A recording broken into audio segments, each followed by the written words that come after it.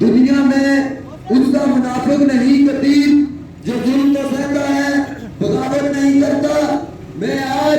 تمام طلباء نمائندگان کو پریس کلب آمد پر خوش آمدید کہتا ہوں، اور میں ان کو مبارکباد پیش کرتا ہوں کہ جس حوصلے سے، جس جذبے سے آپ لوگ نکلے، بارش ہونے کے باوجود، اور جو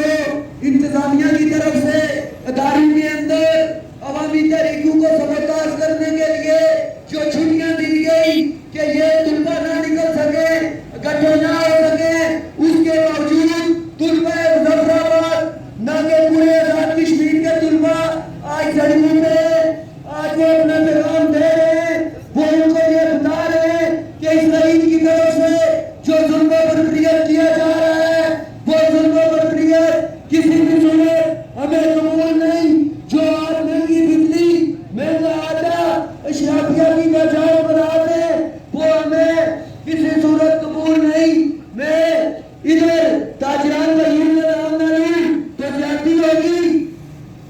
شوکت نواز میر صاحب کھڑے، انجم صاحب کھڑے، اور جتنے ذمہ دار لوگ ہیں وہ ادھر کھڑے، ان کو یہ یقین دلاتے کہ انتظامیہ نے ادارے بند رکھوائے ہوئے، انتظامیہ نے اوچیت کنڈو پہ اتر آئی ہے، اس کے باوجود طلباء ادھر آئے اور یہ آپ کے ساتھ ہیں، مرتے دم تک آپ کے ساتھ ہیں، آپ کے چارٹر آف ڈیمانڈ کے ساتھ ہیں، اور انشاءاللہ تعالیٰ میں آپ کو یہ یقین دلاتا ہوں کہ موسم کی خرابی کے باعث اور